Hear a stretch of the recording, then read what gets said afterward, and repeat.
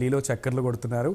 AICC అగ్రనేతలతో సమావేశమవుతున్నారు. ఆమె ఎవరో కాదు, 2021 ఏప్రిల్లో వైఎస్ఆర్టీపీ స్థాపించినటువంటి వైఎస్ రాజశేఖర రెడ్డి తనయ వైఎస్ షర్మిల. రాజకీయాల్లో చాలా చురుగ్గా పాల్గొన్నారు. 12 ఏళ్ల క్రితం ఆమె రాజకీయాల్లో చురుగ్గా పాల్గొనడం ప్రారంభించారు.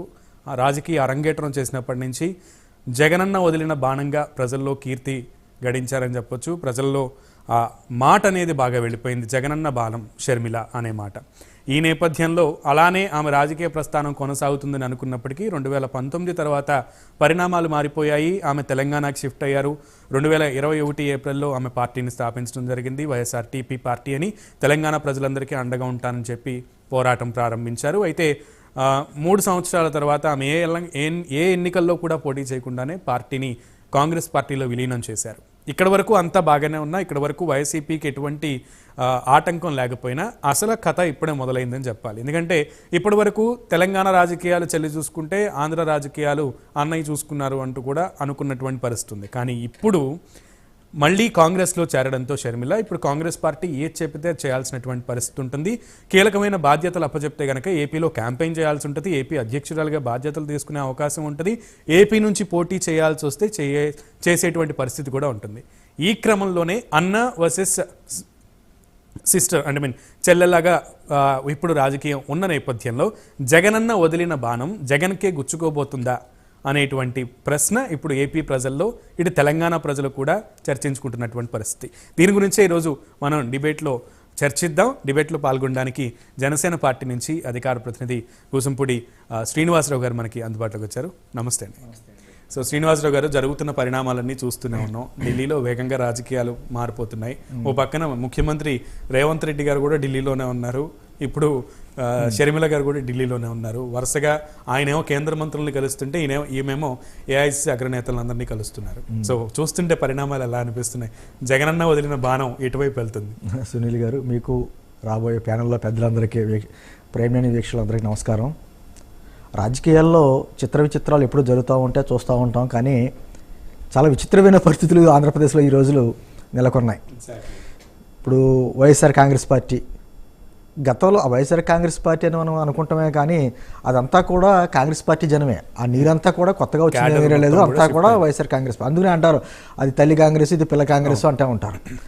సరే, మన షర్మిల గారి గురించి కూడా మాట్లాడుకుంటే, గత ఎన్నికలకు ముందు కూడా అన్నగారిని గెలిపించుకోవడానికి అన్నగారి కంటే ఎక్కువగా ఈ 1000 కిలోమీటర్లు పాదయాత్ర చేసినటువంటి మహిళ, నాకు తెలిసి అక్కడ చేశారు ఆమె. అదేవిధంగా తెలంగాణలో కూడా అన్ని 1000 కిలోమీటర్లు పాదయాత్ర చేశారు. కాకపోతే మీరు అన్నట్టు ఇందాక అన్నారు చూసారా, జగనన్న వదిలిన బాణం, ఆ బాణానికి లక్ష్యం ఏంటో తెలియట్లేదు అని. అంటే దశ ఎవరికి గుచ్చుకోవాలో ఎటు గుచ్చుకోవాలో తెలియక అది ఆ బాణం గాల్లో తిరుగుతుంది. ఈవెన్ 2019 ఎలక్షన్స్ లో కూడా ఆమె క్యాంపెయిన్ చేశారు ఏపీలో. జగన్ తరపున, వైసీపీ తరపున చేశారు, ప్రచారం చేశారు. బై బై బాబు అనే ట్యాగ్ లైన్ ఇచ్చారు. అన్నిటికంటే విచిత్రం, నా దగ్గర ఆమె అప్పట్లో 2014 మే 5 ఆమె చేసినటువంటి ఒక ట్వీట్ నా దగ్గర ఉంది.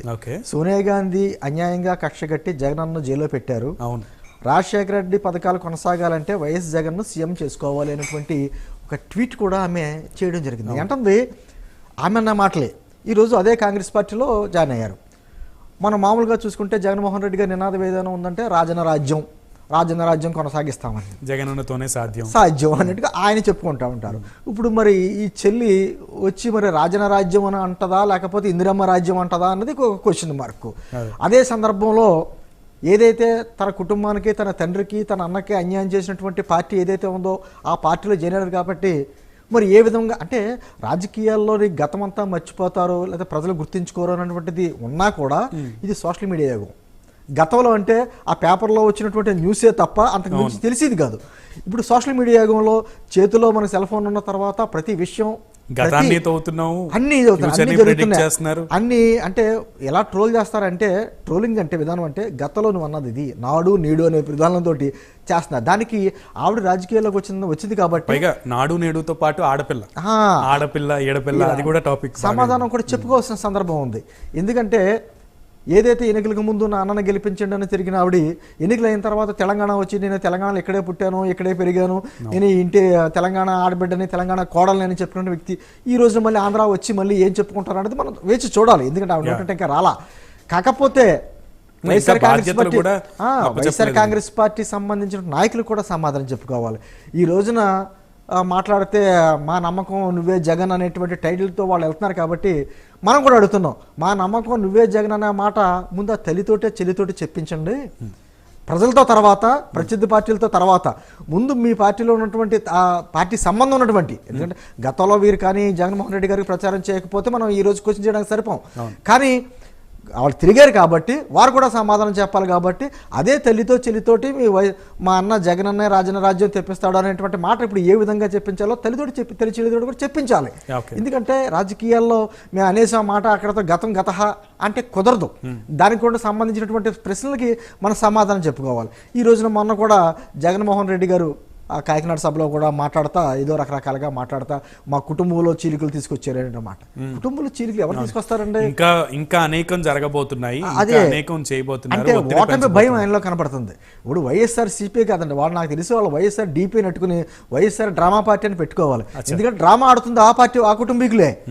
ఎందుకంటున్నారంటే ఎవరైతే ఈ పార్టీని అయితే రాజశేఖర రెడ్డి గారిని మెయిన్, ఎందుకంటే మాట్లాడితే రాజశేఖర రెడ్డి గారి పేరు ఎత్తుతారు కాబట్టి అంటున్నాం, రాజశేఖర రెడ్డి గారిని నమ్ముకున్నారో వారందరినీ జగన్మోహన్ రెడ్డి గారు దూరం పెట్టారు.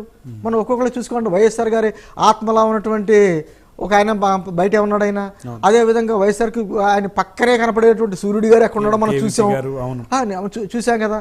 అదే సందర్భంలో ఆ కుటుంబంలో తల్లికి వ్యతిరేకంగానే బాబాయిని నిలబెట్టిన సంఘటనలు చూసాం, బాబాయిని ఓడించిన సంఘటనలు చూసాం. అదే తల్లిని తీసుకెళ్లి వైజాగ్లో ఓడిపోయే ప్లేస్లో నిలబెట్టి ఓడించినట్టు సంగతి చూసాం. పోనీ ఓడిపోయిన తర్వాత ఆవిడకి ఏమైనా న్యాయం చేశారంటే అది లేదు. పోనీ తన గురించి ఎంత కష్టపడి 1000 కిలోమీటర్లు తిరిగింది కదా, తన చెల్లి ఒక ఆడబిడ్డ తిరిగింది కదా అని చెప్పేసి ఆవిడకి ఏదైనా పదవి ఇచ్చి ఆవిడకి న్యాయం చేశారంటే అంటే నేను చాలా ప్రెస్టేజియస్ గా అప్పట్లో చాలా బాహాటంగా చెప్పుకుంది ఏంటంటే YCP party YS Jaganmohan Reddy కుటుంబ పాలనని ఎంకరేజ్ చేయరు, కుటుంబాన్ని ఎంకరేజ్ చేయరు, పార్టీ ఖచ్చితంగా అందరికీ సమన్యాయం ఇస్తుంది అని కూడా చెప్పారు. ఎంకరేజ్ చేయడం వేరు, న్యాయం చేయడం వేరు. ఇప్పుడు కష్టపడిన వ్యక్తికి న్యాయం చేస్తాను అనేటువంటి నానుడు ఉంది. యాక్చువల్గా రాజశేఖర రెడ్డి గారికి ఎలా ఉంటుందంటే ఆయన నమ్మేడు అంటే ఆయన నమ్మిన వ్యక్తులకి న్యాయం చేస్తాడు అనేటువంటి మాట. అంటే ఇప్పుడు సీరియస్గా చెప్పుకోవాలంటే వైసీపీ బతుకుంది అని చెప్పడానికి one of the main reasons first list లో ఉండే ఆవిడ షర్మిల. జైల్లో ఉన్నప్పుడు పార్టీని అదే నేను ఇది కూడా చెప్పుకుంటారు. ఈ రోజుకి కూడా వైఎస్ఆర్ కాంగ్రెస్ పార్టీ నాయకులు కొంతమంది మీరు మాట్లాడితే మా జగనన్న నమ్మాడంటే నమ్మిన వ్యక్తులకు ఏదో రకంగా న్యాయం చేస్తాడని మాట్లాడుతున్నారు. కానీ జరిగిన ఘటనలు ఒకటి ఆఖరికి ఈ రోజున రాజీనామా చేసినటువంటి కాపు రామచంద్రరెడ్డి గారు కూడా ఒక స్టేట్మెంట్ ఇచ్చారు. 2009లో నేను నమ్ముకుని ఆయనతో పాటు ప్రయాణం చేశాను, కాంగ్రెస్ పార్టీ నుంచి వచ్చాను, ఈయనతో ప్రయాణం చేశాను, 2 సార్లు ఎమ్మెల్యేను, ఓడిపోయాను, మళ్ళీ ఎమ్మెల్యే అయినాను కదా, ఎమ్మెల్యే అయినా కూడా నాకు అన్యాయం జరిగింది, కనీసం నాకు అపాయింట్మెంట్ కూడా ఇవ్వలేనటువంటి పరిస్థితులు ఏర్పడింది అనేటువంటి మాటలు వాళ్ళే చెప్తున్నారు. మనం అనేది మాటలే కాదు. నేను అంటుంది ఒక బ్రాండ్ అంబాసిడర్ గానో విధానపరంగానో మాట్లాడుకున్నటువంటి వ్యక్తులు ఈ రోజున దానికి నిజంగా ఆ విధమైన పరిస్థితులు అక్కడ ఉన్నాయా? మరి మూర్తి గారు వచ్చారు, మూర్తి గారు పాపం వయసు ఆయన ఉన్నారు, వారు కూడా చెప్పాలి. ఈ రోజున ఆ పార్టీకి సంబంధించినటువంటి వ్యక్తుల మీద ఎవరో బయట వాళ్ళు చేయట్లేదు. నేను అడుగుతూ ఒక మాటలు చెప్పాలంటే జగన్మోహన్ రెడ్డి గారు ఒక భస్మాసురుడు అంటాడు. ఆయన ఆయన నెత్తి మీద ఆయనే పెట్టుకున్నాడు చెయ్య, ఎవరో పెట్టకర్లా, ఆయన చేతి మీద పెట్టుకుని పెట్టుకుని ఇతరుల మీద నిందించడం ఎందుకు అంటున్నాను నేను. అది ఓకే. నారాయణమూర్తి గారు వచ్చారు అండ్ అలాగే కాసేపట్లో విజయ్ గారు కూడా జాయిన్ అవుతారు మనకి టీడీపీ నుంచి. అలాగే నారాయణమూర్తి గారు వైసీపీ నవరత్నాలు వైస్ చైర్మన్ మనకి అందుబాటులోకి వచ్చారు. నారాయణమూర్తి గారు స్వాగతం. నారాయణమూర్తి గారు పర్టికులర్గా మీరు మ్యూట్లో ఉన్నారు, అన్మ్యూట్ చేయండి ఒక్క నిమిషం. నారాయణమూర్తి గారు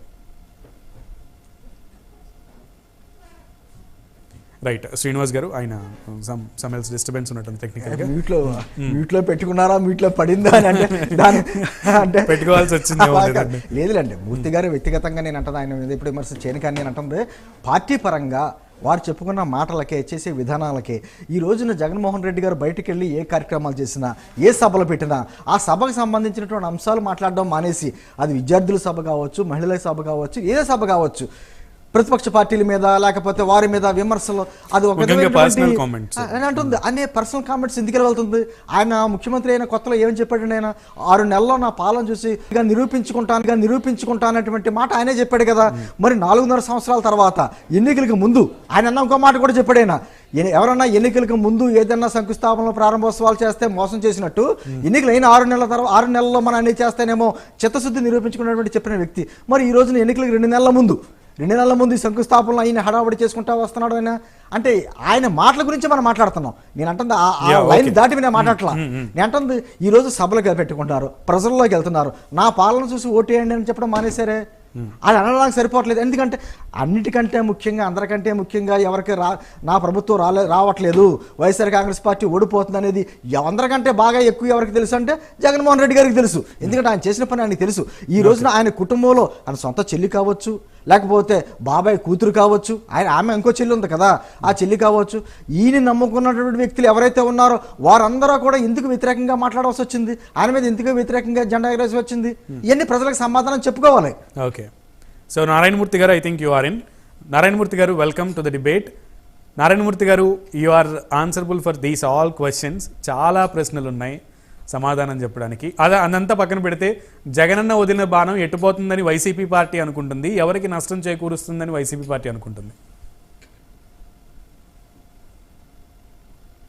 మాకు ఏ పార్టీ వచ్చినా ఎవరు వచ్చినా మా పార్టీకి ఎవరు నష్టం చేయలేదు. ఎందుకంటే చెప్పిన ప్రతి హామీని అమలుపరిచి ఎలక్షన్ ముందు ఏదైతే చెప్పామో ఆ హామీని పూర్తిగా అమలుపరిచి వాళ్ళ దగ్గర ఇంటికి వెళ్ళి గడప గడపకి వెళ్ళి మేము ఈ హామీ మీకు ఇంత ఇచ్చామమ్మా, వీటికి మీరు ఎలిజిబుల్ ఉన్నారు, మీరు అర్హత పొందిన ప్రతి హామీని కూడా మేము అమలుపరిచాము అన్నప్పుడు వాళ్ళు బ్రహ్మాండంగా వాళ్ళని ఆశీర్వదించి, బ్రహ్మాండంగా వాళ్ళకి హారతులు ఇచ్చి, వాళ్ళకి బొట్టు పెట్టి సన్మానించి కొన్ని చోట్లయితే పంపించిన కార్యక్రమం ఇవాళ రాష్ట్రంలో జరుగుతూ ఉంది. సో మాకు పార్టీలు ఎన్ని వచ్చినా, అన్ని కలిసి వచ్చినా, విడివిడిగా వచ్చినా కూడా ప్రజల వాళ్ళని కన్ఫ్యూజన్ లో ఇంకా ఎక్కువ కొట్టేస్తారు.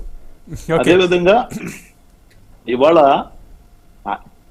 ఎలక్షన్ 2014లో జరిగిన తర్వాత హామీలు ఇచ్చి రాత్రే ఎలక్షన్ లో నెగ్గిన తర్వాత రాత్రి మేనిఫెస్టో ఆన్లైన్ లో నుంచి పోర్టల్ నుంచి తీసేసిన ఘన చరిత్ర ఈ ప్రతిపక్ష పార్టీలు ఆంధ్రప్రదేశ్ లో. ఎప్పటికీ కూడా అదే హామీలు ఇచ్చిన నవరత్నాల పాంప్లెట్ ని ప్రతి కలెక్టర్ ఆఫీస్ లో, ప్రతి పంచాయతీ ఆఫీసులో, ప్రతి గ్రామ సెక్రటరియట్ లో, ప్రతి వార్డు సెక్రటరియట్ లో, ప్రతి మినిస్టర్ రూమ్ లో, ప్రతి చైర్మన్ రూమ్ లో, ప్రతి డైరెక్టర్ రూమ్ లో కూడా ఇవాళ అవన్నీ ఉన్నాయంటే ఆ చిత్తశుద్ధి, అంకిత భావం, నిబద్ధత, ఇవే కొలమానాలు జగన్మోహన్ రెడ్డి గారికి. బీసీ, ఎస్సీ, ఎస్టీ, మైనార్టీలకి ఇవాళ మొత్తం డీబీటీ ద్వారా 2,48,000 కోట్ల రూపాయలు ఇవి టీవీలోకి వచ్చి ఎల్లో మీడియాలో గోబుల్స్ ప్రచారం చేసింది కాదు. ఇది డైరెక్ట్ గా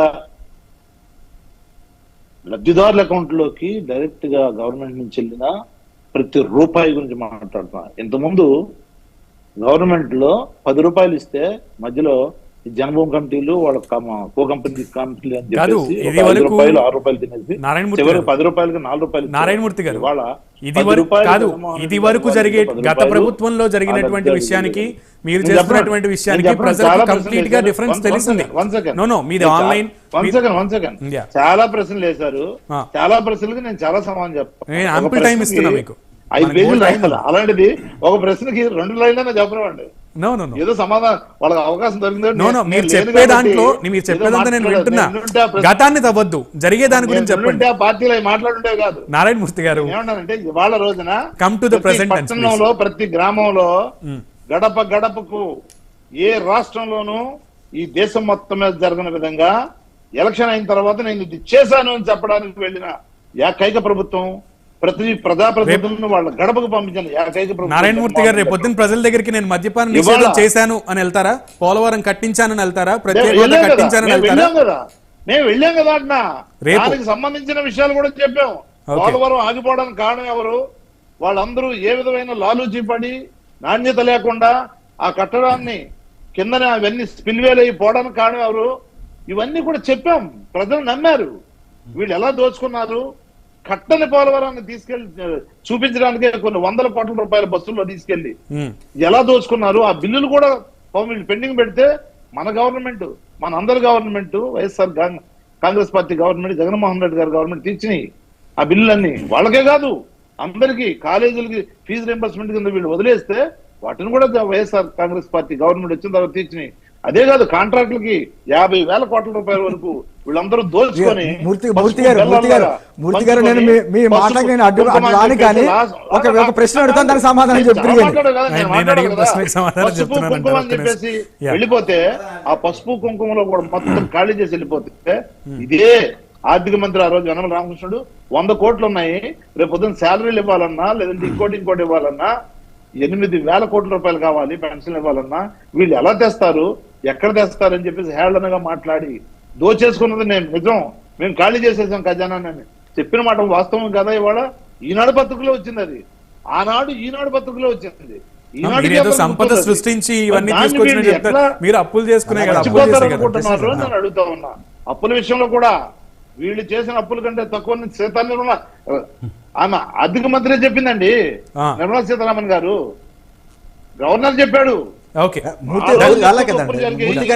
మూర్తి గారికి పాపం మూర్తి గారికి సమాధానం చెప్పాలి, ఇబ్బంది పడతారండి అధికార ప్రతినిధిగా. కానీ నేను మూర్తి గారు పోలవరం లేకపోతే రాజధాని లాంటి పెద్ద పెద్ద పక్కన పెట్టేద్దామండి, మద్యపాన నిషేధం చేసి ఎన్నికలకు వెళ్తాను లేకపోతే ఓటు అడగను అన్నటువంటి మాట వాస్తవమా కాదా? మెగా డిఎస్సి నిర్వహిస్తానన్న మాట వాస్తవమా కాదా? వెళ్తారంట ప్రతి ఏడాది జనవరి 1న జాబ్ క్యాలెండర్ రిలీజ్ చేస్తామన్న మాట వాస్తవమా కాదా? వచ్చిన తర్వాత 2.5 లక్షల ఉద్యోగాలు భర్తీ చేస్తామన్న మాట వాస్తవమా కాదా? ఒక్క నిమిషం నారాయణమూర్తి గారు డబ్బులు తీసుకొని కిక్ బ్యాక్లు తీసుకొని కంపెనీ లేదు ఇప్పుడు. ఓకే, విజయ్ గారు వచ్చారు టీడీపీ నుంచి.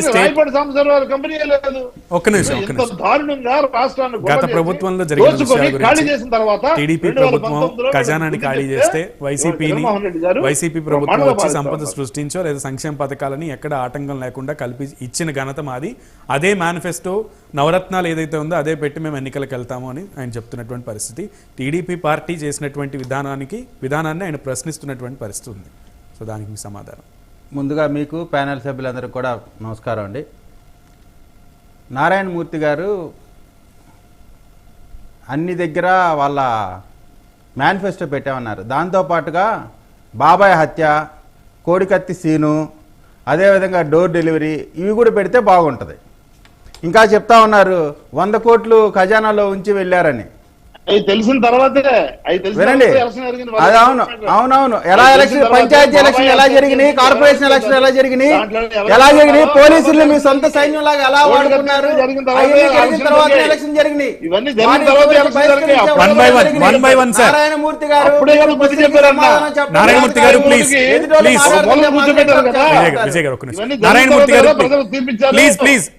అది మర్చిపోతే అట్లా సార్. సాధారణ ఎలక్షన్స్ కి మీరు municipal elections, corporation elections, panchayati elections link పెడతారు. అది పంచాయతీ ఎలక్షన్స్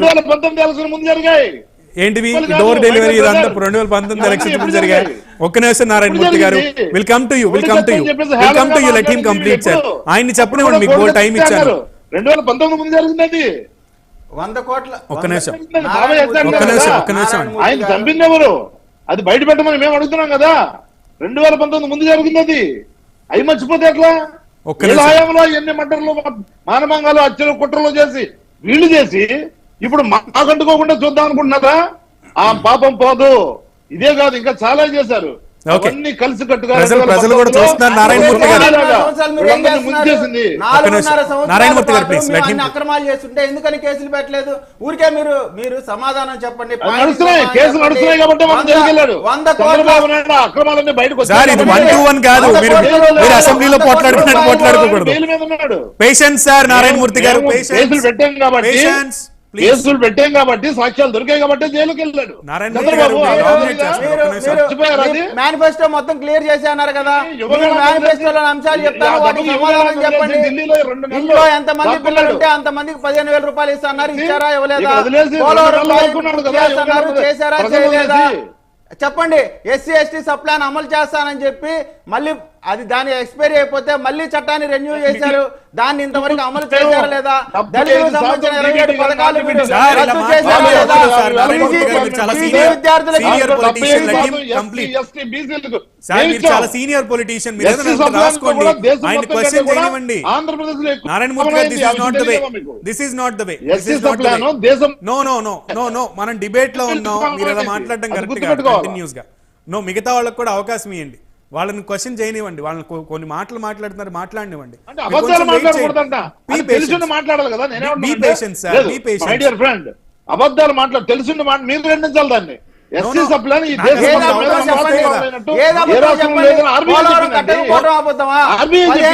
ఇంట్లో ఎంతమందికి ఎంతమంది ఉంటే అంతమందికి ఇస్తా అంటే అబద్ధమా? 27 పథకాలు రద్దు చేయడం అబద్ధమా?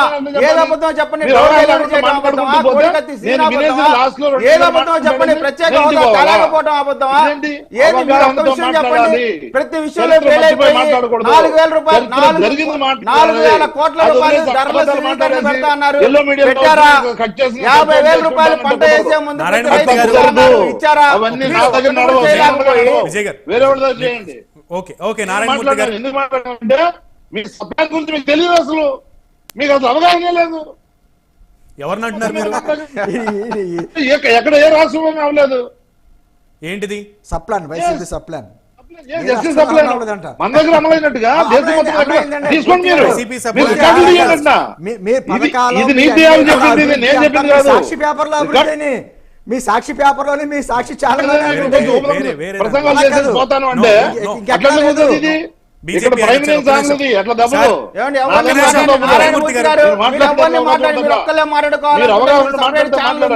ఆ ఛానల్ కి వెళ్ళి మీరు ఒక్కరే మాట్లాడుకోండి, ఎవరిని మాట్లాడించకుండా. అబద్ధాలు మాట్లాడితే మీరు చెప్పారు 100 కోట్ల రూపాయల నిధి పెట్టి 16,000 కోట్ల రూపాయల 16,000 కోట్ల రూపాయల లోటు బడ్జెట్ ని తీసుకున్న చంద్రబాబు నాయుడు గారు ఎన్ని పథకాలు అమలు చేశారు? రాష్ట్రాన్ని ఏ విధంగా ఎన్ని లక్షల కోట్ల రూపాయలు నారాయణమూర్తి గారు ఎన్ని లక్షల కోట్లు అప్పు చేశాడు? ప్లీజ్ చేశాడు బీజేపీ నుంచి సీనియర్ జర్నలిస్ట్ విల్సన్ గారు వచ్చారు. విల్సన్ గారికి స్వాగతం, డిబేట్ కి స్వాగతం అండి. బీజేపీ పార్టీ యొక్క స్టాండ్ కూడా ఇందులో చాలా కీలకంగా చెప్పుకోవాలి. ఎందుకంటే వైసీపీ పరిపాలించేటువంటి విధానంలో బీజేపీ యొక్క సపోర్టు ఉందని కొన్ని సందర్భాల్లో అంటున్నారు. కొన్ని పథకాలు అమలు విషయంలో, కొన్ని హామీల అమలు విషయంలో ఆంధ్ర ప్రజలకి పరోక్షంగా, ప్రత్యక్షంగా కాకపోయినా పరోక్షంగా అన్యాయం చేసింది బీజేపీ పార్టీ అని కూడా విమర్శలు ఉన్నాయి. దానికి మీ సమాధానం చెప్పాలి. రెండోది, జగనన్న వదిలిన బాణం ఎవరికి తగలబోతుందని బీజేపీ పార్టీ వాళ్ళు అనుకుంటున్నారు. నమస్కారం సునీల్ గారు, మీకు ప్యానెల్లో ఉన్న నారాయణమూర్తి గారికి, అదేవిధంగా మన శ్రీనివాస్ గారికి, అదేవిధంగా విజయ్ కుమార్ గారికి. విజయ్ కుమార్ అనా టీడీపీ అందరికి కూడా నమస్కారం. బేసిక్ ఏంటంటే నేచురల్ గానే సంక్షేమ రంగంలో మేము ముందున్నాము, సంక్షేమ రారాజు అని జగన్మోహన్ రెడ్డి గారి మీద ఒక ఒపీనియన్ ఒకటి ఫామ్ అయింది. కానీ సంక్షేమంతో పాటు అభివృద్ధి అనేది లేకుండా పోయింది అనేది కూడా చాలా స్పష్టంగా అదే సందర్భంలో అదే స్పష్టంగా కనబడతాము. అభివృద్ధి అంటే ఏంటి అని అడగచ్చు. అభివృద్ధి అంటే పోలవరం డెవలప్ చేయొచ్చు, అదేవిధంగా అమరావతిని కట్టచ్చు, అదేవిధంగా డెవలప్ కాదండి, పోలవరం కట్టలేదు, ఫస్ట్ కంప్లీట్ చేయలేదు, డెవలప్మెంట్ సంగతి తర్వాత. అందుకే చెప్పేది అది అభివృద్ధి వైపు వైసీపీ పోకపోవడం ఆ పార్టీ కూడా పెద్ద మైనస్. ఇంకా మిగతా ఇష్యూస్ అని ఖచ్చితంగా వాళ్ళు తెలుగుదేశం పార్టీ హయాంలో హత్యలు, మానభంగాలు చాలా జరిగాయి అన్నప్పుడు వాళ్ళందరినీ కూడా శిక్షించవచ్చు. మరి ఎందుకు శిక్షించలేదు అనేది కూడా ఇప్పుడు ప్రశ్న. ఇక బీజేపీ గతంలో చంద్రబాబు నాయుడు గారు ఎలా సహకారం అందించిందో ఇప్పుడు జగన్మోహన్ రెడ్డి గారు అందించింది. అందులో ఏమి పెద్ద తేడా ఉంది. ఇంకా జగన్మోహన్ రెడ్డి గారికి ఎక్కువ సహకారం ఎందుకు అందించామంటే దీనికి సంబంధించి రాష్ట్రం వెనకబడిపోయింది. రాష్ట్రంలో ప్రతి వారం కూడా బ్యాంకుకి వెళ్ళి, ఆర్బీఐకి వెళ్ళే పరిస్థితి ఉంది. మరి అక్కడ ప్రజలకి సంక్షేమం కావాలి, వాళ్ళకి సంబంధించిన జీతాలు కావాలి, వీటన్నిటి దృష్టిలో పెట్టుకుని ఎఫ్ఆర్బి పరిమితి మించి కూడా సాయం చేసింది. అంటే సాయం చేసిందంటే అర్థం ఏంటంటే ఆంధ్రప్రదేశ్ డెవలప్ చేయడానికి. కానీ అడ్మినిస్ట్రేషన్ లో జగన్మోహన్ రెడ్డి గారు వెనకబడ్డాడు అనేది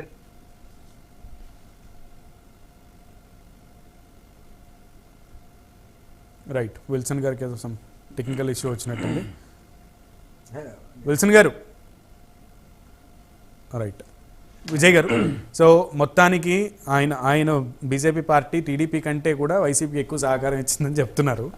ముఖ్యంగా కాదు ఎలిగేషనరీ కాకుండా వాస్తవంగా మాట్లాడుకుంటే నవరత్నాలు అనేవి ప్రజలందరికీ కూడా ఫోన్లలో వెళ్తున్నాయి, వితౌట్ ఎనీ మధ్యలో డిస్కనెక్షన్ లేకుండా డైరెక్ట్గా అకౌంట్స్లోకి తీసుకెళ్తున్నారు, ప్రజల వద్దకు వెళ్తున్నాయి. వాళ్ళ ధైర్యం కూడా అదే చెప్తున్నారు. ఆయన పైన పెద్ద ఆయన జగన్మోహన్ రెడ్డి గారి నుంచి కింద కార్యకర్త వరకు అదే చెప్తున్నారు.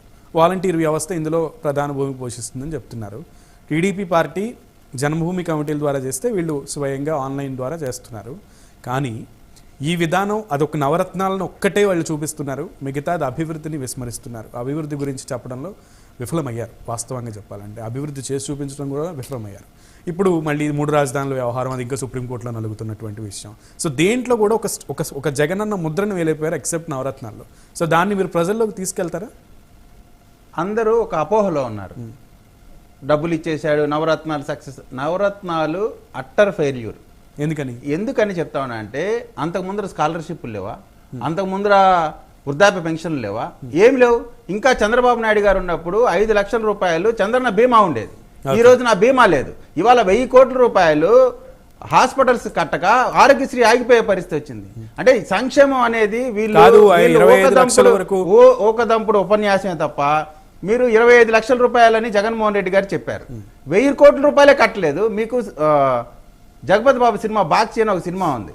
ఆ సినిమాలో కోటా శ్రీనివాసరావు ఒక లాటరీ తీసుకొని ఒక 50 మందికి అప్పు ఉంటాడు, ఒక 100 కోట్లు 1000 కోట్లు. ఆ లాటరీ తీసుకొని ఆ లాటరీ ఇచ్చి ఇగో మీ అప్పు తీర్చేసా అంటాడు. ఆ విధంగా ఉంది జగన్మోహన్ రెడ్డి గారు చెప్పేది. అంటే అక్కడ రూపాయి ఇచ్చేది లేదు, ఏం లేదు.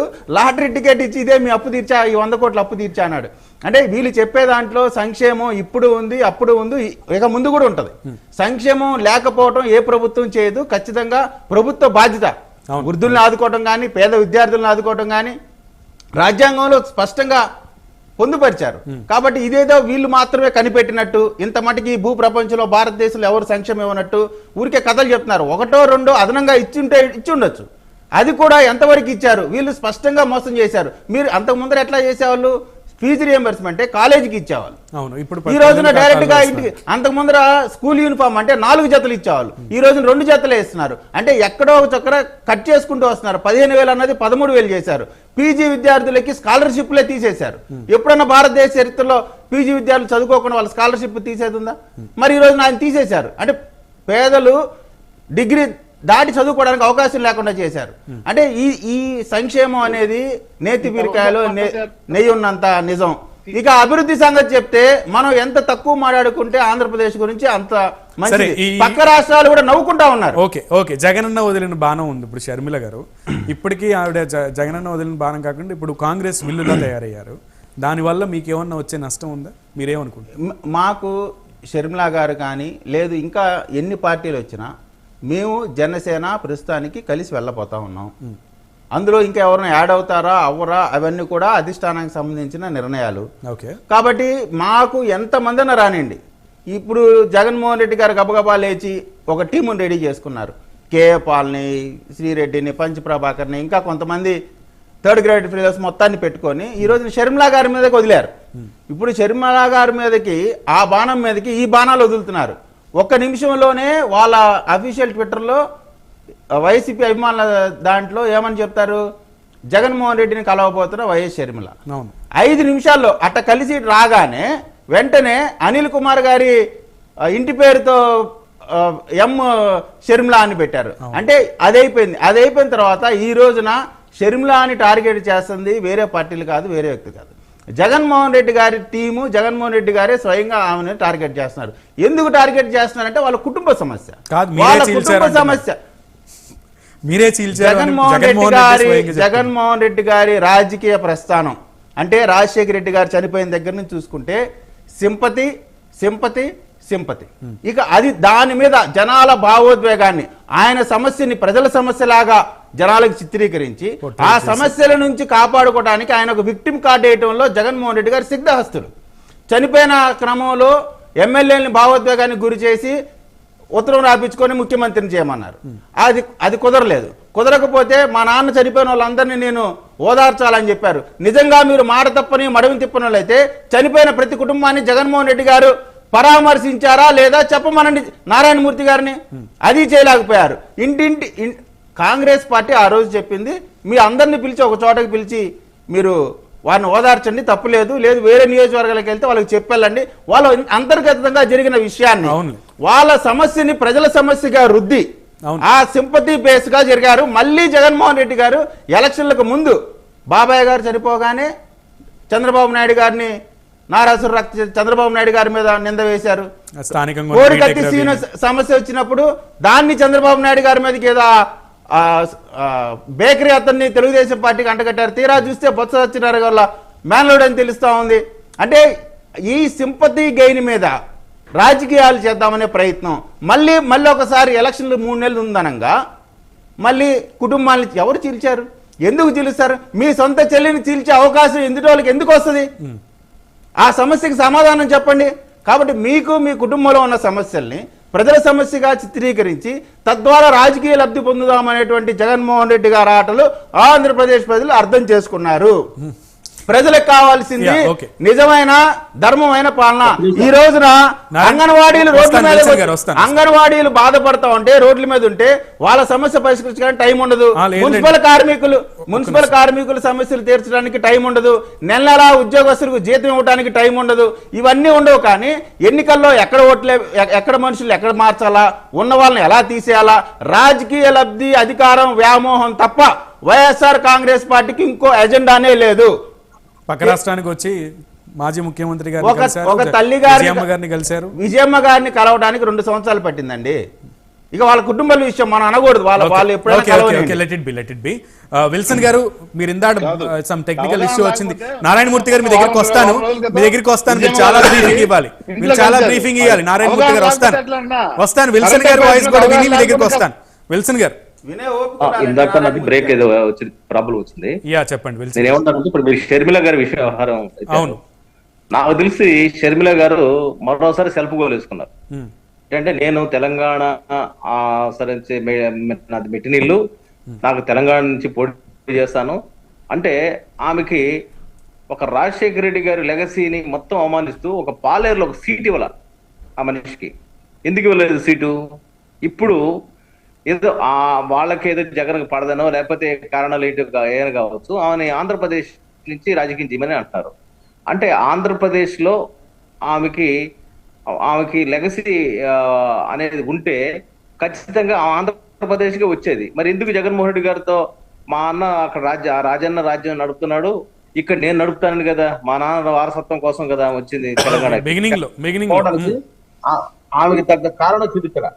కాబట్టి నాకు తెలిసి షర్మిల గారు రాజశేఖర రెడ్డి గారికి వారసురాలుగా ఆమె సక్సెస్ అవుతుంది నాకు కనిపిస్తుంది. ఎందుకంటే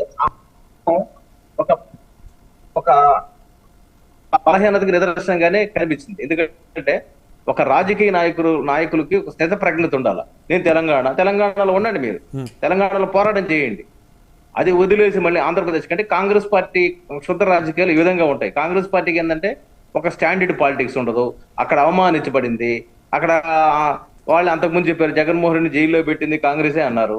మరి ఈమె అన్నది మా నాన్న జైల్లో పెట్టింది కాంగ్రెసే అన్నది, లేకపోతే మా నాన్నని గడ కేసులో పెట్టింది కాంగ్రెసే అన్నది. మళ్ళీ కాంగ్రెస్ గుడికి ఎలా పోతుంది? అంటే కాంగ్రెస్ పార్టీకి ఎలాంటి ఎథిక్స్ వాల్యూస్ లేని పార్టీ అనేది ఇంకోసారి అర్థమవుతా ఉంది. ఎందుకంటే అడ్డంగా లైవ్ లో దొరికిన రేవంత్ రెడ్డినే సీఎం చేశారు వాళ్ళు. కాబట్టి ఆమె ఇండిపెండెంట్ గా పార్టీ పెట్టినా వెల్ అండ్ గుడ్, ఒక ప్రయత్నం చేసినట్టు ఉండేది. కాంగ్రెస్ పార్టీ పంచకపోయిన తర్వాత షర్మిల గారికి ఆశించిన స్థాయిలో క్రెడిబిలిటీ ఉండదని నా అభిప్రాయం.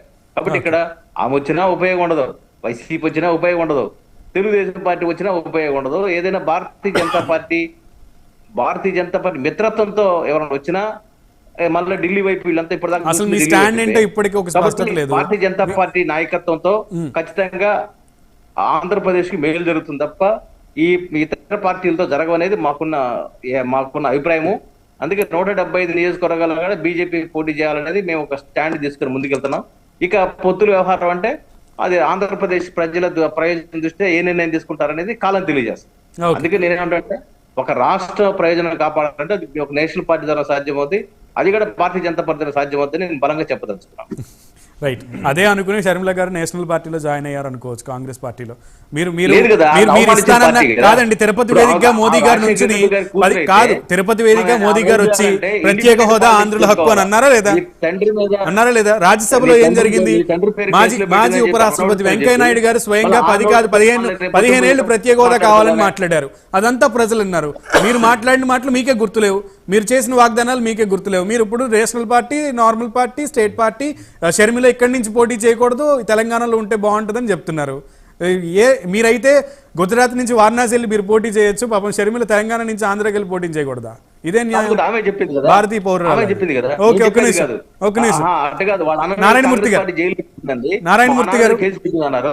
అది ప్రాంతం కాదు, ఆమె సెల్ఫ్ గోల్ చేసుకుంటుంది మరోసారి. Okay okay okay Narayanamurthy garu, you are answerable. మీకు షర్మిలతో వచ్చే నష్టం ఏం లేదని మీరు అంటున్నారు. To be frankly speaking, Sharmila గారు గనక ప్రజల్లో చర్చ స్టార్ట్ అయింది. ఓకే విల్సన్ గారు, ఓకే ఓకే గాట్ యు. ఆమె బలమైన నాయకత్వం చేయలేదు కాబట్టి మీరు అడిగిన ప్రశ్న జవాబు చెప్తున్నా. ఏపీలో ఆవిడకున్న బలం వేరు, తెలంగాణలో ఆవిడకున్న బలం వేరు.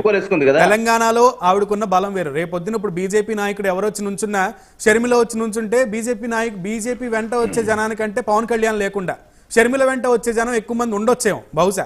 అది ఫ్యాక్ట్. ఎందుకంటే ఆవిడ రాజశేఖర రెడ్డి అభిమానులు ఉంటారు. ఒక్క నిమిషం నారాయణమూర్తి గారు, కొనసాగుతా ఉంటే అక్కడ గ్రామాల్లో ప్రజలకి ఈ రోజు ప్రతి పథకం భారతీయ జనతా పార్టీ వచ్చిందనేది చిన్నపిల్లలు కూడా తెలుస్తా ఉంది. కానీ ఓట్ల రూపంలో ఇది అవుతుంది కదా. నారాయణమూర్తి గారు, మీరు అంటున్నంత తేలిగ్గా, మీరు అనుకున్నంత తేలిగ్గా రాష్ట్రంలో రాజకీయం నడవట్ల. ప్లీజ్ విల్సన్ గారు, please. I got you Wilson గారు. రోడ్లు ఇచ్చింది ఎవరు? అమరావతి 35 ఎకరాలకి జంగిల్ క్లియరెన్స్ ఇచ్చింది బీజేపీ కదా. మీ సపోర్ట్ బాగుంది నారాయణమూర్తి గారు. నేను మిమ్మల్ని ప్రశ్న అడుగుతున్నా, మీరు సమాధానం చెప్పట్ల. బీజేపీకి అంటే ఒక మీడియా వైసీపీకి, ఇంకో మీడియా తెలుగుదేశం పార్టీకి. మీకు లేవా మీడియాలు? చేయండి,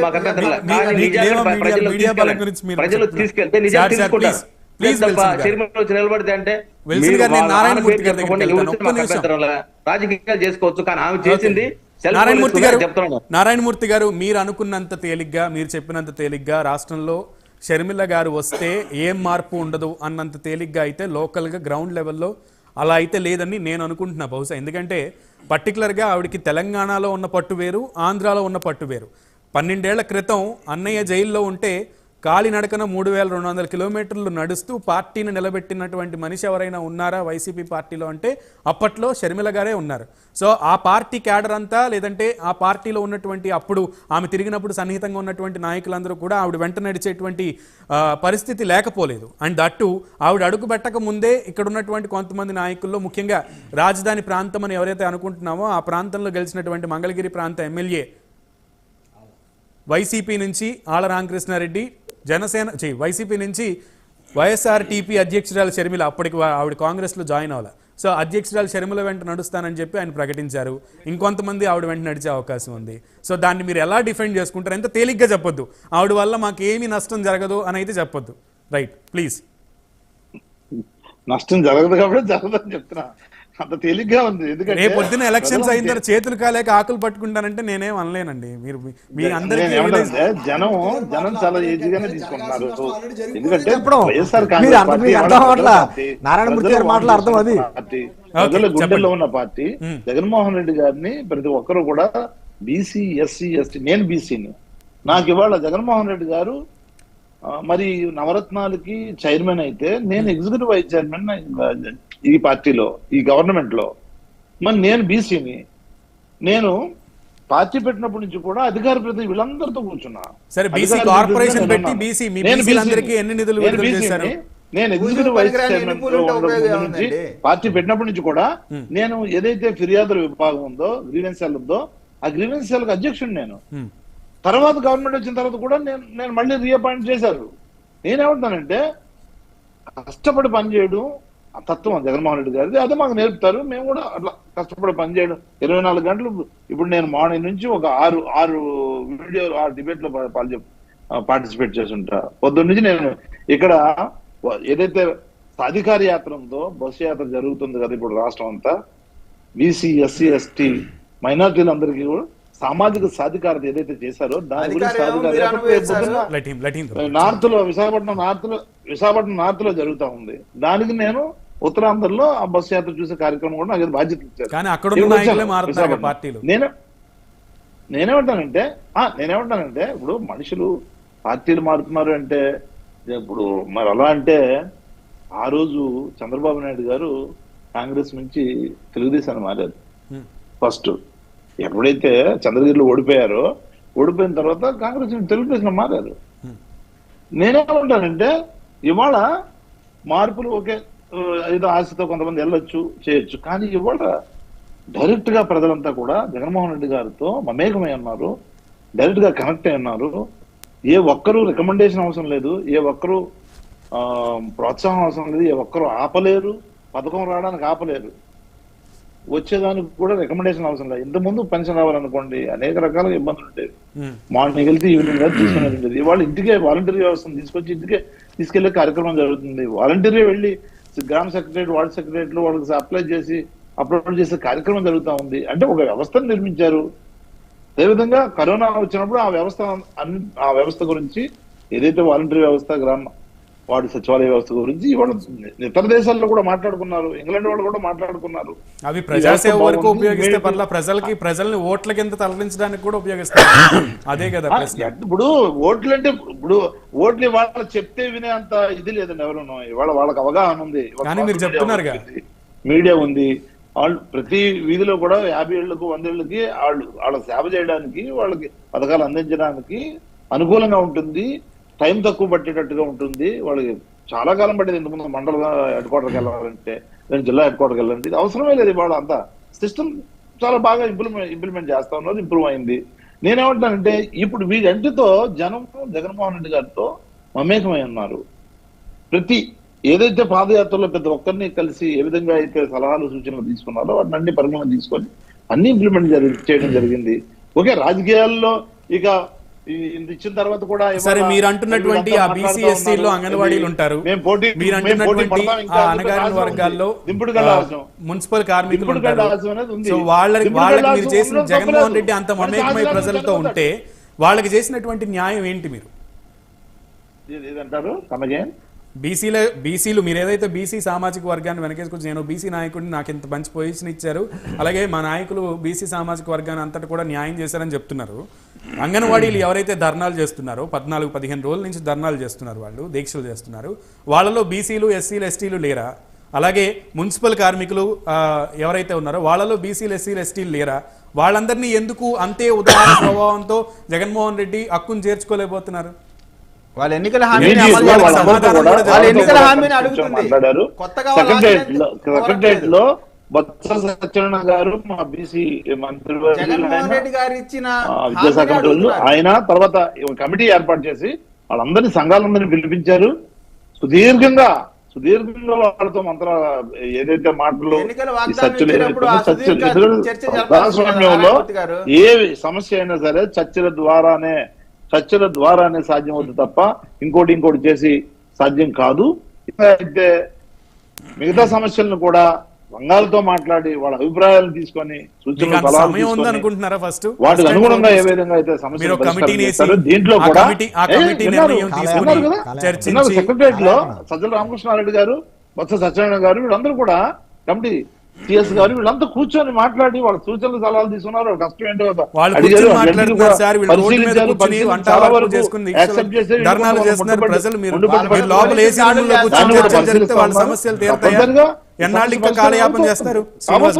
శ్రీనివాస్ గారు మీరు ఏదో చెప్తున్నారు, చెప్పండి.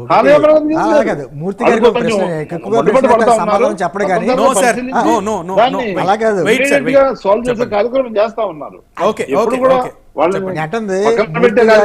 న్యాయం జరిగితే రాష్ట్రంలో ఉన్న బీసీలందరికీ న్యాయం జరిగినట్ట? సజ్జల రామకృష్ణారెడ్డి గారికి న్యాయం జరిగితే రాష్ట్రంలో రెడ్డి సామాజిక వర్గాలందరికీ న్యాయం జరిగినట్ట? మీరు సజ్జల కాబట్టి మీ విషయం నేను చెప్తున్నా.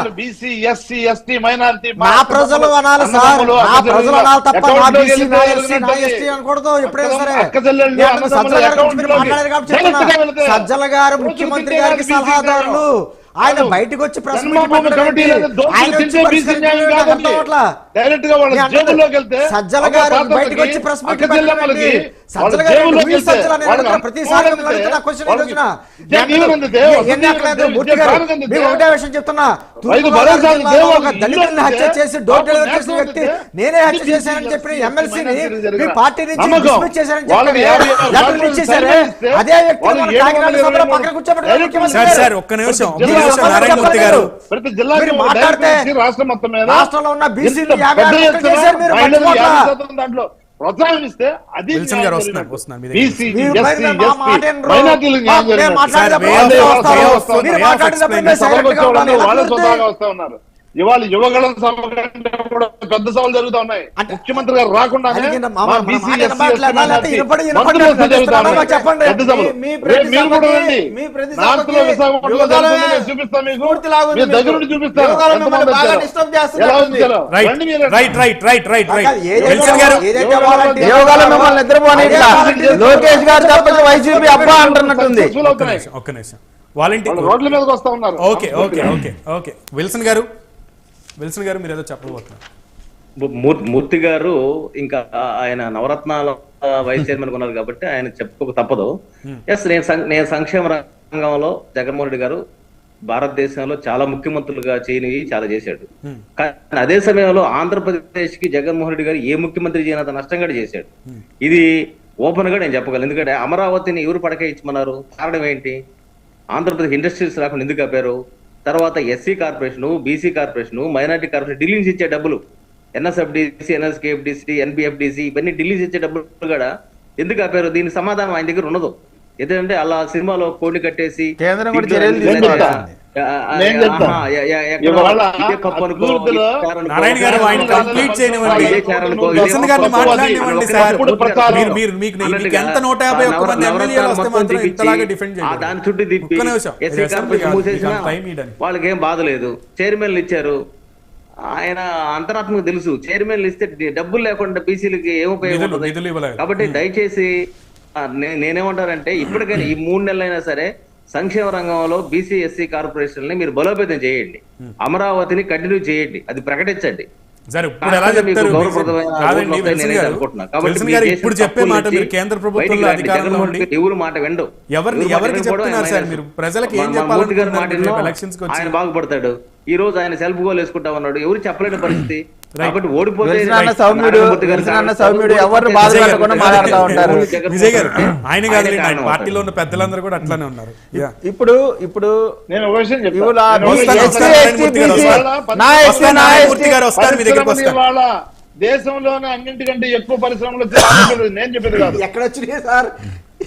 సార్ ఎవరిని అపహాస్యం చేస్తున్నారు మీరు? ప్రజలు నా ఎస్సీ, నా బీసీ అంటారు కదా.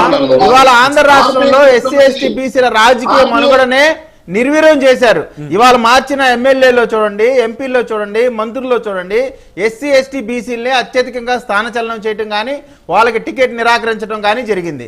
మరో పక్క ఆంధ్ర రాష్ట్రంలో 2 మున్సిపాలిటీలు గెలిస్తే ఒక మున్సిపాలిటీ తాడిపత్రి తెలుగుదేశం గెలిచింది. మరి ఆ ఎమ్మెల్యేని ఎందుకని మార్చలేదు? తాడిపత్రిలో మరి పెద్దారెడ్డిని మార్చాలి కదా.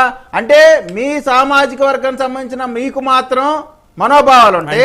ఎస్సీ, ఎస్టీ, బీసీ రేపు ఎన్నికలు అయిపోగానే ఏ ప్రభుత్వం వచ్చినా ఫ్యాక్షన్ మొదలు పెడతాను. నువ్వు ఫ్యాక్షన్ మొదలు పెడితే ఇక్కడ చేతులు కట్టుకొని కూర్చుంటానే, దెబ్బకి దెబ్బ తీసే దమ్ము మాకు ఉంది.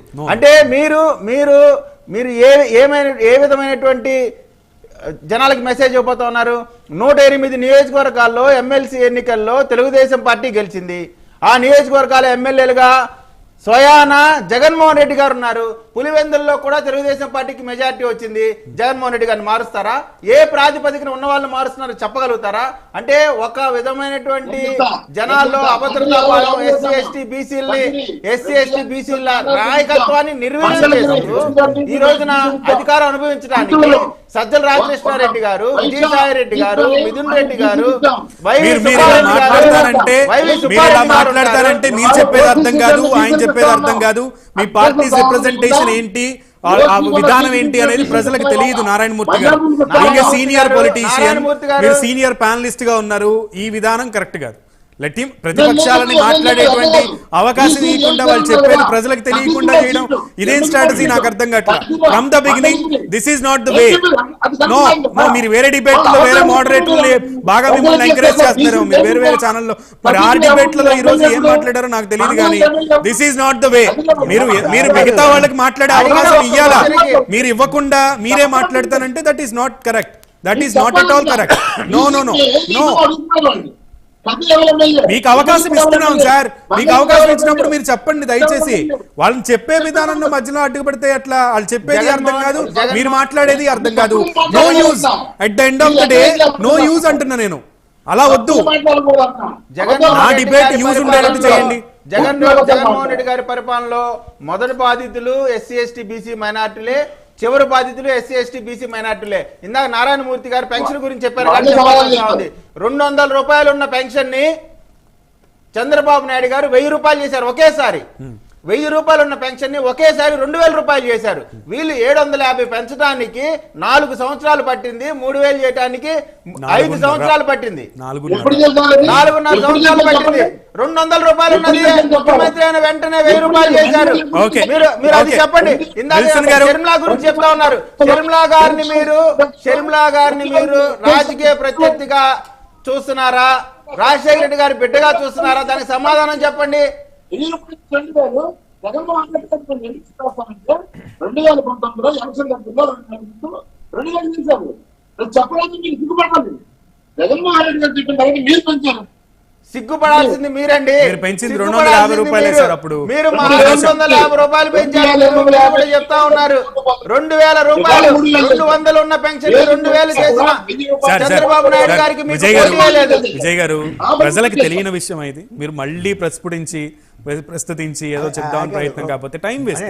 నో నో నో, మూర్తి గారి టాలెంట్ ఏంటంటే ఎవరికి అర్థం కాకూడదనే ప్రజలకు అర్థం అవుతే మళ్ళీ ఇప్పుడు ఇబ్బంది. విల్సన్ గారు కమింగ్ టు యు. నారాయణమూర్తి గారు ఒక్క నిమిషం, మీ దగ్గరికి వస్తా. లాస్ట్ మీరే చెప్తారు. లాస్ట్ మీ దగ్గరికి వస్తా. లాస్ట్ ఒక్క నిమిషం. నీ మాట నాకు అర్థం అవ్వట్లేదు. అలా కాదు మూర్తి, అలా కాదు. నువ్వు నేను 1-to-1 కూర్చుందాం, ఓకేనా? నువ్వు నేను 1-to-1 కూర్చుందాం, సబ్జెక్ట్ మాట్లాడుకున్నా ఏ ఛానల్ అయినా సరే మేము రెడీ. అసలు భజన చేసే ఛాన్స్ కూడా నువ్వు ఎక్కడ ఇస్తున్నావు మూర్తి? నువ్వే మాట్లాడుతున్నావు కదా అసెంబ్లీలో మాట్లాడినట్టు. రైట్ విల్సన్ గారు అడిగే ప్రశ్నకు ఒక్క సమాధానం చెప్పావు నువ్వు. అసలు ఒక్క సమాధానం చెప్పావు. ప్రజలు చూస్తున్నారండి, ప్రజలు గమనిస్తున్నారు. అసలు మరి గమనిస్తున్నారన్న విషయం వాళ్ళకి అర్థం అవ్వాలి కదా. అర్థం అవుద్ది వాళ్ళకి. ఒక్క నిమిషం విల్సన్ గారు కమింగ్ టు యు. ఫైనల్ గా షర్మిల గారు ఇప్పుడు ఒకవేళ ఏపీ కనుక బాధ్యతలు ఇస్తే కాంగ్రెస్ పార్టీ, ఆవిడ ఎటువంటి స్టాండ్ తీసుకునే అవకాశం? అలాగే విశ్వనాథ్ గారికి వెళ్లే ముందు ఒక్క నేను చెప్పేసి వెళ్తాను. నేను అంటుంది విశ్వనాథ్ కూడా డిస్టర్బ్ చేయని అంటుంది. మొన్న పట్టభద్రుల ఎన్నికల్లో పోటీకి తెలుగుదేశం పార్టీ వారు గెలిస్తే ఏమన్నారంటే ఆ ఓటర్లు మా వాళ్ళే కాదన్నారు. ఇప్పుడు వాలంటీర్లు కొంతమంది తిరగబడతారు కదా, ఆ వాలంటీర్లు మా వాళ్ళే కాదంటారు. రేపు వద్దున ఏమంటారంటే ఆ చెల్లి మా చెల్లి కాదంటాడు ఈ నాయకుడు. రేపు అంతకు మించి ఇంకేమన్నా మేము ఆశ్చర్యపోకర్లేదు. ఇప్పటికే ఆవిడైతే ఇప్పటికే అన్నది ఆ రాష్ట్రం గురించి మనకెందుకని. విల్సన్ గారు సో బీజేపీ పోటీ ప్రభుత్వాన్ని దించాలి అనేది ఒక భారతీయ జనతా పార్టీ డిమాండ్ కాదు, ప్రజా బాహుళ్యం నుంచి వచ్చిన పాపులర్ డిమాండ్.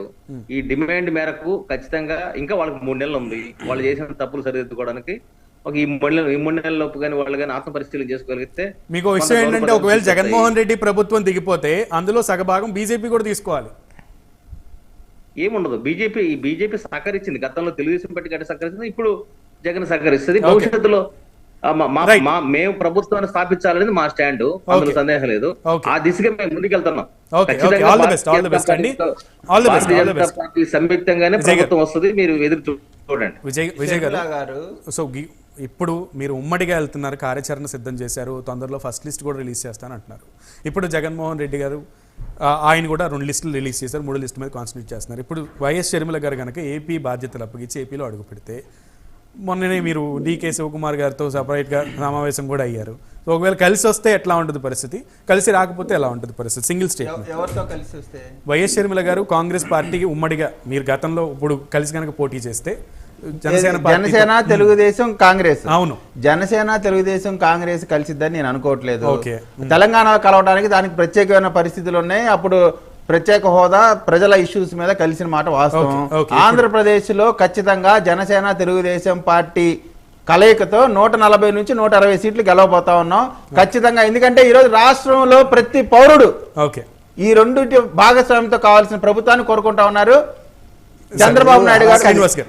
నీ చెప్పుకోవడం మాట్లేదు. జనసేన తెలుగుదేశం పొత్తులు వెళ్తున్నాయి, మాకు పైన ఉన్నటువంటి మోదీ గారి ఆశీస్సులు కూడా ఉన్నాయని కూడా మన పవన్ కళ్యాణ్ గారు చెప్పడం జరిగింది. త్వరలో కూడా వాళ్ళ కేంద్ర పార్టీ కాబట్టి అంటుంది మీరు అభిప్రాయం చెప్పొచ్చు, విల్సన్ గారి అభిప్రాయం మనం కాదనలేం. కానీ అంటుంది ఆ జాతీయ పార్టీ కాబట్టి జాతీయ పార్టీ.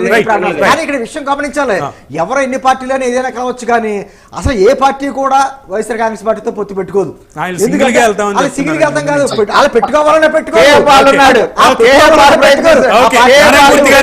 నారాయణమూర్తి గారు ఫైనల్ గా జగనన్న వదిలిన బాణం ఎవరికి ఎఫెక్ట్ సింగిల్ గా చెప్పండి. మీకు అసలు పూచుకు పుల్ల ఇరిగినంత శబ్దం కూడా మీ పార్టీలో రాదు, అంత నష్టం కూడా మీకు లేదని చెప్తారా? లేదు, కేఏ పాల్ని పవన్ కళ్యాణ్ ఇలాంటి మందిలో అక్కడ సమానమే. మాకు ఎంతమంది కలిసి వచ్చినా కూడా ఆంధ్రప్రదేశ్ లో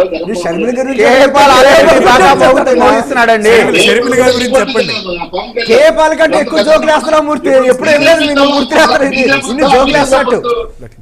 తెలుగుదేశంలో అన్నఫీషియల్ పొత్తు, అక్రమ సంబంధం, ఇది సక్రమ సంబంధం. ఏ సంబంధం వాళ్ళు తెలుసుకోండి. ఎన్ని సంబంధాలు ఉన్నా వైఎస్ఆర్ కాంగ్రెస్ పార్టీ ప్రజల వైఎస్ఆర్ కాంగ్రెస్ పార్టీ వీళ్ళందరినీ మళ్ళీ 2014 ఏ విధంగా 2019 కాదు, పక్క రాష్ట్రంలో అదే ఎమ్మెల్యేలకు ఇస్తే సీట్లు, మీరేమో ఎమ్మెల్యేలను మారుస్తున్నారు, స్థానచలనాలు చేస్తున్నారు, కొత్త అభ్యర్థులను తీసుకొస్తున్నారు, ప్రజల్లో ఒక స్ట్రాటజీని అయితే తీసుకెళ్తున్నారు. మరి ప్రజలు ఎటువైపు తిరుగుతారు, ప్రజలు ఎటువైపు ఉంటారు, షర్మిల జగనన్న వదిలిన బాణం ఎటువైపు వెళ్తుంది, ఎవరికి గట్టిగా గుచ్చుకుంటుంది అనేది తెలియాలంటే ఖచ్చితంగా ఇంకొంతకాలం వెయిట్ చేయాల్సిందే. డిబేట్లో పాల్గొన్నందుకు విజయ్ గారికి, అలాగే శ్రీనివాస్ గారికి, నారాయణమూర్తి గారికి, విల్సన్ గారికి ప్రత్యేకంగా ధన్యవాదాలు. ఇది ఇవాల్టి ప్రైమ్ టైం డిబేట్. మరో డిబేట్లో మళ్ళీ కలుద్దాం. Till then stay tuned to prime 9 news.